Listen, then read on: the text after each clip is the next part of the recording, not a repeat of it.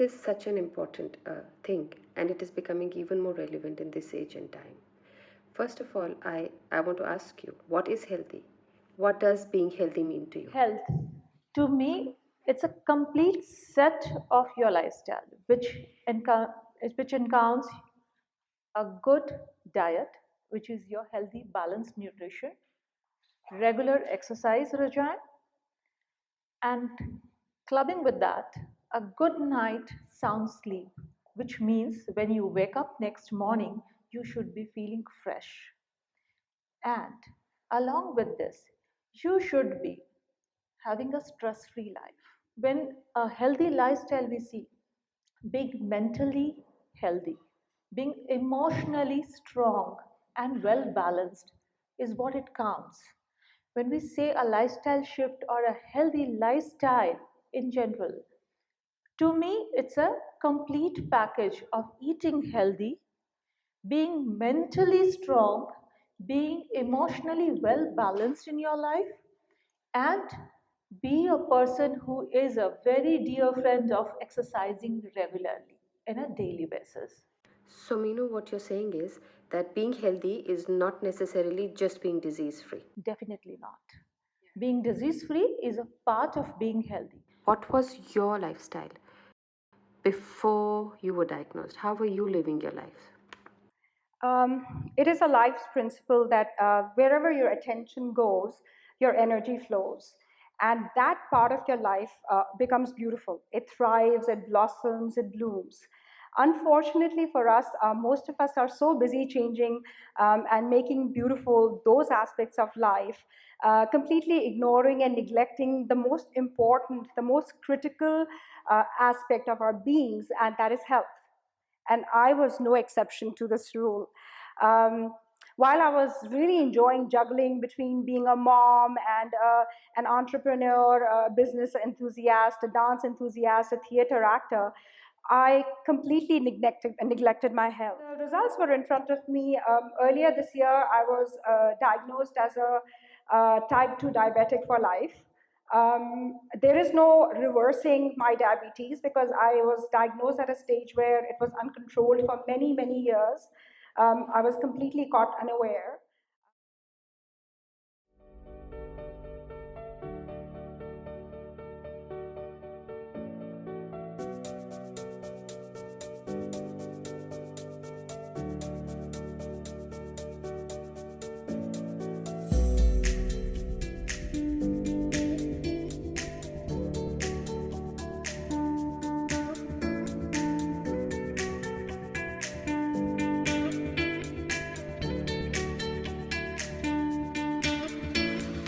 Did you ever feel in this whole thing that you were ignoring some of the symptoms that were coming to you again and again?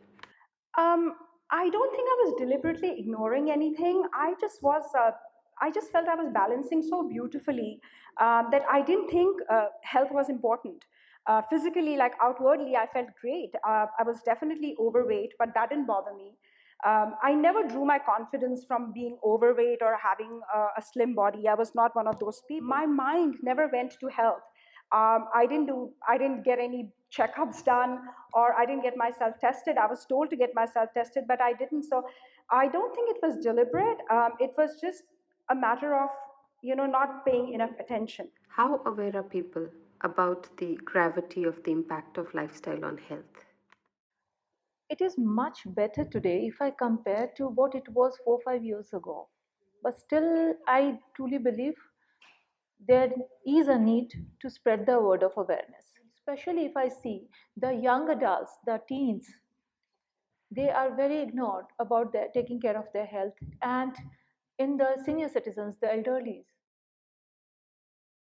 Obesity is one of the leading concerns globally of many metabolic syndrome.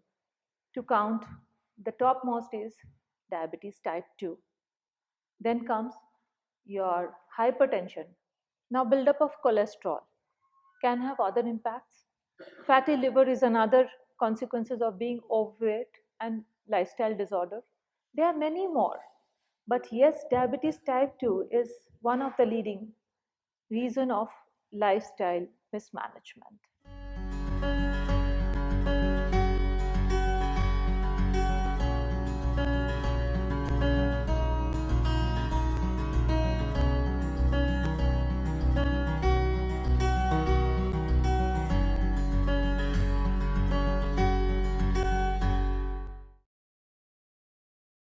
I did not have the typical symptoms which you read about on the internet or which the doctor tells you, excessive thirst, frequent urination, weight loss. On the contrary, I was gaining weight every day. So that really wasn't for me. But I did have, when I think now, I did have certain indicators such as recurrent UTI.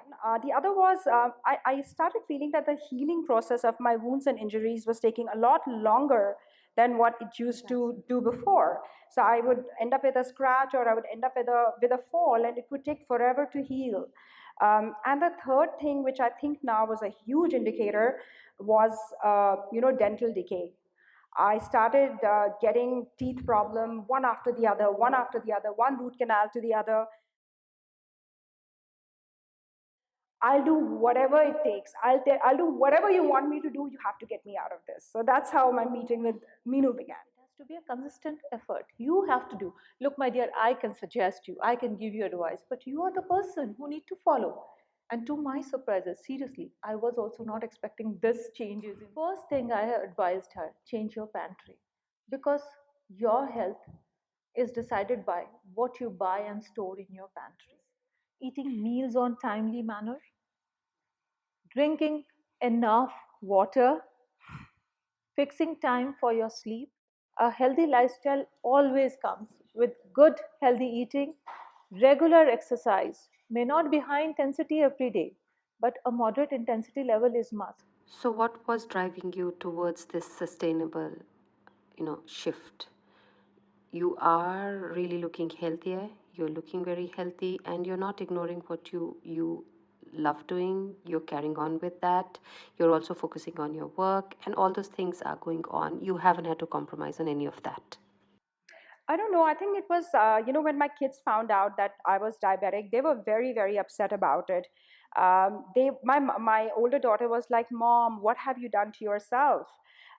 We've been telling you since so long that what you're doing is not correct, but you just never paid heed." And I think that really sort of, struck a chord with me, because I was like, "Oh my God, I mean, I have not been a role model for my children. And I've always aspired to be the role model for them." Hits you like that, you realize that you really need to take control. You need to be in charge. And Now, I should ask you, when you say effective, what effects are you looking for? Are you looking for something which is temporarily effective, or you want something which is sustainable for long run? If you say temporarily, I will say yes, it is. If you want something sustainable, unless you make it a lifestyle, not everything is meant for everybody. Feel what works for you, whether it is giving you more energy levels, you are feeling good, you are feeling happy with it, then yes, whether it's a volume buyer. Because it's very important to establish the connect between your brain and your stomach. Unless we do that, we what just now you said, three chapatis or two chapatis, these are just the numbers. We often do the mistake, we either follow the numbers or we fix up certain portion size and we fill it up with. It's a task.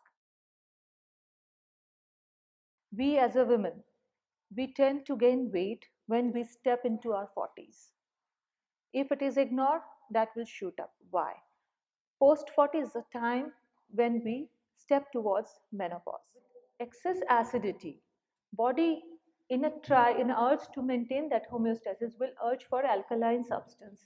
And calcium is the easily available substance which is highly alkaline. And the body starts leaching calcium from your bones, and your bones becomes weak. And on top of this menopausal stage, wherein your estrogen stops trimming down and finally it ceases, your calcium will start leaching more. And your bone mineral density will always have a tendency to go down low. That your diet is rich in calcium. On top, you need calcium supplementation on a daily basis. Plus, vitamin D is a must. So, do regular exercise if possible, especially when it is a menopause time. Please do at least twice a week strength bearing exercise, which could be weight or resistance. Firstly, take charge of your own health. So you stay healthy, keep healthy, and you have the ability to bring the lifestyle shifts for your entire family. And I want Sonal to conclude with that, because you have brought about a lifestyle change, a shift for the entire family. You told me your pantry has changed completely. How easy was it, or how difficult was it to get your family on board? You know, food and wellness, I believe it starts at home. It's the art of educating yourself and those around you on food and nutrition.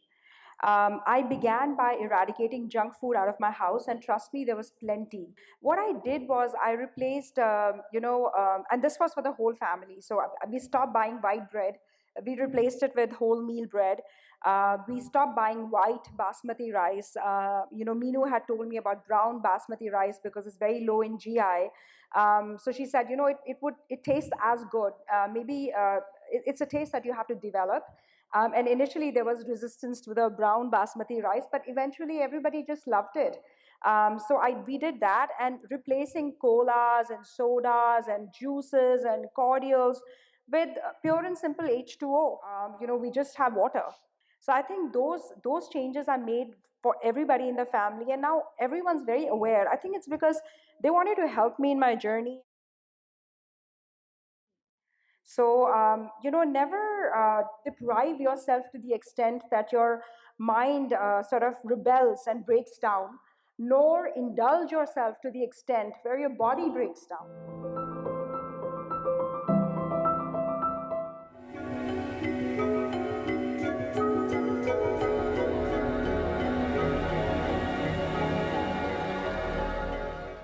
Stephanie, who is here all the way from Bali to show you. Yeah, she's come all the way from Bali to demonstrate to us some of her recipes, which she is so passionate about. So I combine essential oils in my food for its health benefits and also flavoring.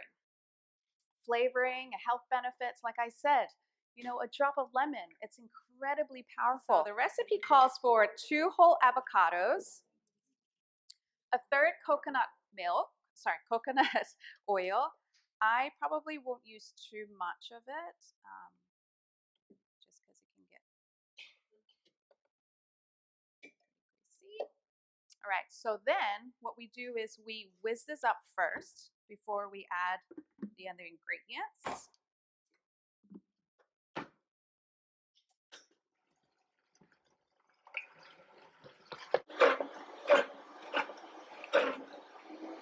About a third cup, a quarter cup of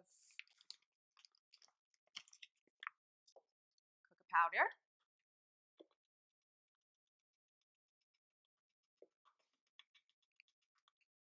So you'd want to use as much organic ingredients as possible. And then to that, I'm going to add vanilla essence or extract. And if you have vanilla bean paste, that's great as well.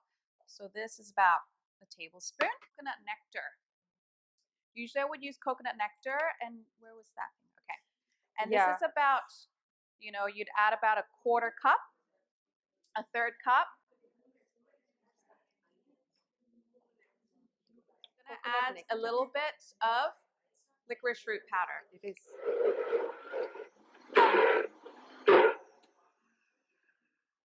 All right. And it's ready.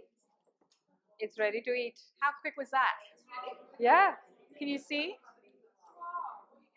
how creamy that is? The oil of choice today, I'm using orange. I'm adding about 4 drops. 4 drops to it. Voila. That is your chocolate mousse.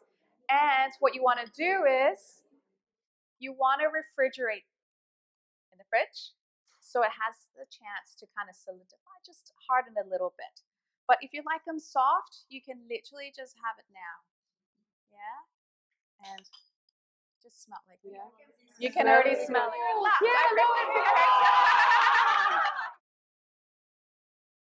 When someone says ceviche, what do you think? Fish. Normally it's used seafood, right? So how does someone make a vegan alternative? So we use oyster mushrooms. So this particular mushroom, the texture really mimics seafood. I've got orange slices. I've squeezed lemon juice. I've got cilantro. I've got kaffir lime leaves. I've got pineapple. And I've got lemongrass. Yeah. So, Yeah. and I marinated all this. Oh, and red onions. Okay. And you'd want to add a little bit of oil, like olive oil, just to mix in there, and a lot of salt. You need a lot of salt so that it can marinate the flavors in there. Okay. So I leave this overnight. And even if you leave it for a few days, it's still okay in there. So you've got your oyster mushrooms. So from here we just take the oyster mushrooms. So you want to just cut a little bit, like so. Just chop little pieces. Just combine it into a bowl.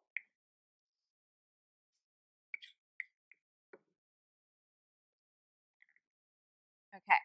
So all the other ingredients we have are, we've got pineapple, right? So when we think citrus garden salsa, right, we want something that's, citrusy, reminds you of summer, the beach. The pineapple. Yeah. Whoa. Yes. So we've got pineapple. We've got cucumber. Yeah. So this like gives it a crunch. Yeah. So the cucumber along with capsicums. Yeah. Capsicums. So I've put some cilantro in there, some kaffir lime leaves, some lemongrass, and passion fruit.